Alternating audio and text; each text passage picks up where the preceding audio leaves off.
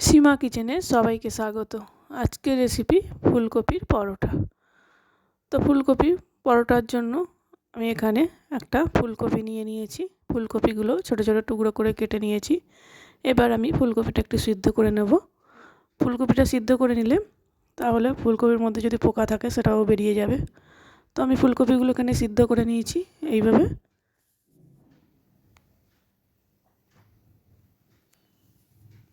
তো গ্যাসে কড়া বসিয়ে দিয়েছি। কড়াটা গরম হয়ে গেলে 1 চামচ জিরে আর হাফ চামচ মৌরি দিয়ে দেবো। দিয়ে এটা ভালো করে ভেজে নেব, নিয়ে গুঁড়ো করে নেব।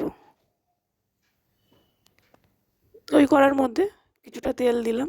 তেল দেওয়ার পর এখানে আমি 1 চামচ হিং দিলাম আর দেব হাফ চামচের মতো আদা বাটা।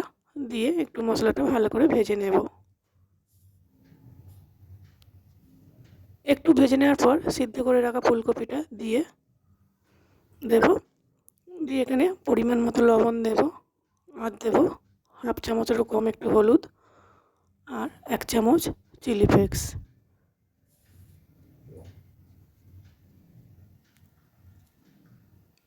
দিয়ে ফুলকপিটা ভালো করে ভেজে নেব। ফুলকপির মধ্যে জল থাকলে হবে না, একদম ভেজে এইভাবে শুকনো করে নিতে হবে একদম। তো এইভাবে শুকনো করে নেওয়ার পর বেশ কিছুটা ধনে পাতা কুচি এখানে দিয়ে দেব। দিয়ে এর সঙ্গে ভালো করে মিশিয়ে নেব।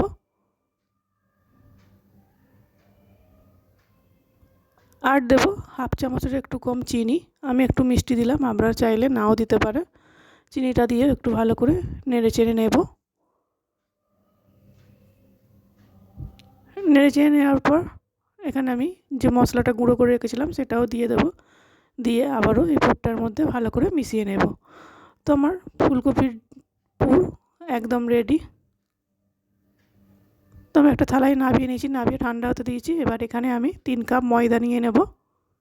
আমি ময়দা দিয়ে করছি পরোটাটা, আপনারা চাইলে আটা দিয়েও করতে পারেন।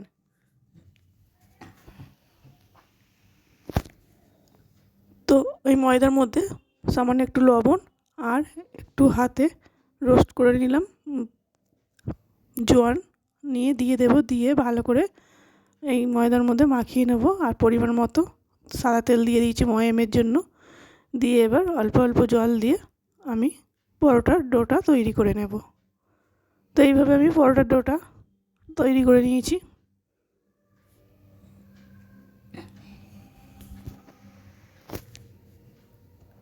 এবার এখানে আমি এই ডোটা থেকে একটু বড় বড় সাইজের লেচি কেটে নেব।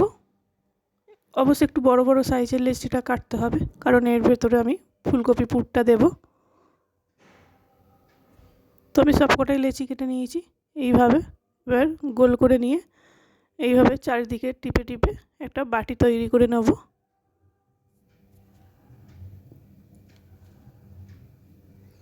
তো এইভাবে বাটিটা তৈরি করে নিয়েছি। এবার এখানে 1 চামচ ফুলকপির পুরটা দিয়ে দেব।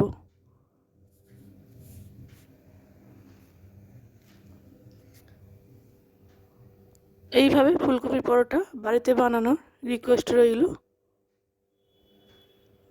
তো ফুলকপির পুরটা 1 চামচ দিয়ে দেওয়ার পর চারিধার দিয়ে এইভাবে ভালো করে মুড়ে দিতে হবে, যাতে বেলার সময় ফুলকপির পুরটা বেরিয়ে না যায়।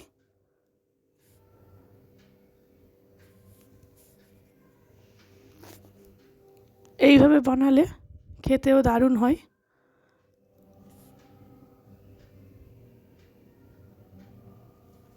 আবারও একটা ওইভাবে ফুলকপির পুরটা দিয়ে করে দেখিয়ে দিচ্ছি। এইভাবে একটা বাটি তৈরি করে নেব আর মাঝখানে আবারও 1 চামচ ফুলকপি পুরটা দিয়ে দেব।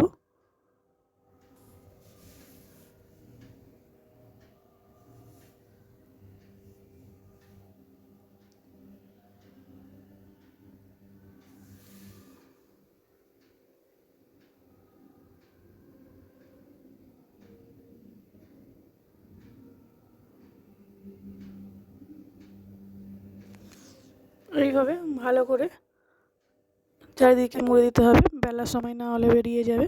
আর যদি হাতের মধ্যে আটকে যায় তাহলে একটু ময়দার গুঁড়ো বা একটু সাদা তেল মাখিয়ে নিতে পারেন ওপরটা। তো এইভাবে আমি সব কটাই করে নেব। তো সব কটা করে নিয়েছি। এবার আমি একটু বেলে নেব গোল গোল করে। আমি সামান্য তেল দিয়ে পরোটাগুলো বেলে নেব।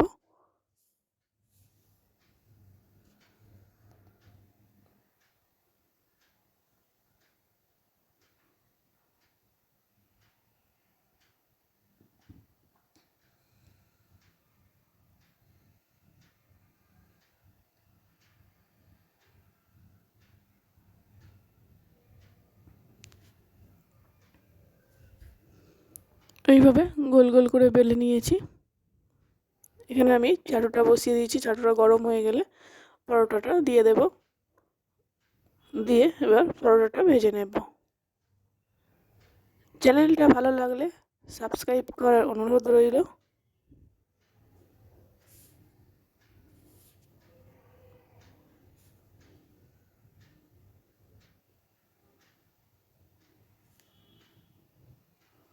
তো এইভাবে ওপর দিয়ে তেল ছড়িয়ে পরোটাটা ভালো করে একটু ভেজে নেব।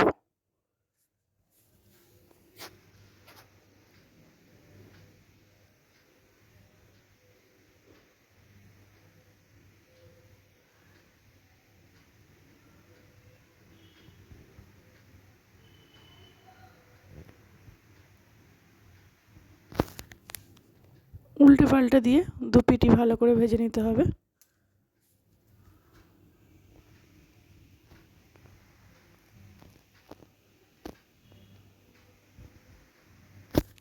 আর ভাজার সময় পুর আমার একটুকুও বেরিয়ে গেল না, বা বেলার সময়ও বেরোয়নি। তো এইভাবে আমি সব কটা পরোটাই ভেজে নেব। তো আমার ফুলকপির পরোটা একদম রেডি, আর খুব নরমও হয়েছে। আমি একটু ছিঁড়ে দেখিয়ে দিচ্ছি। ভেতরে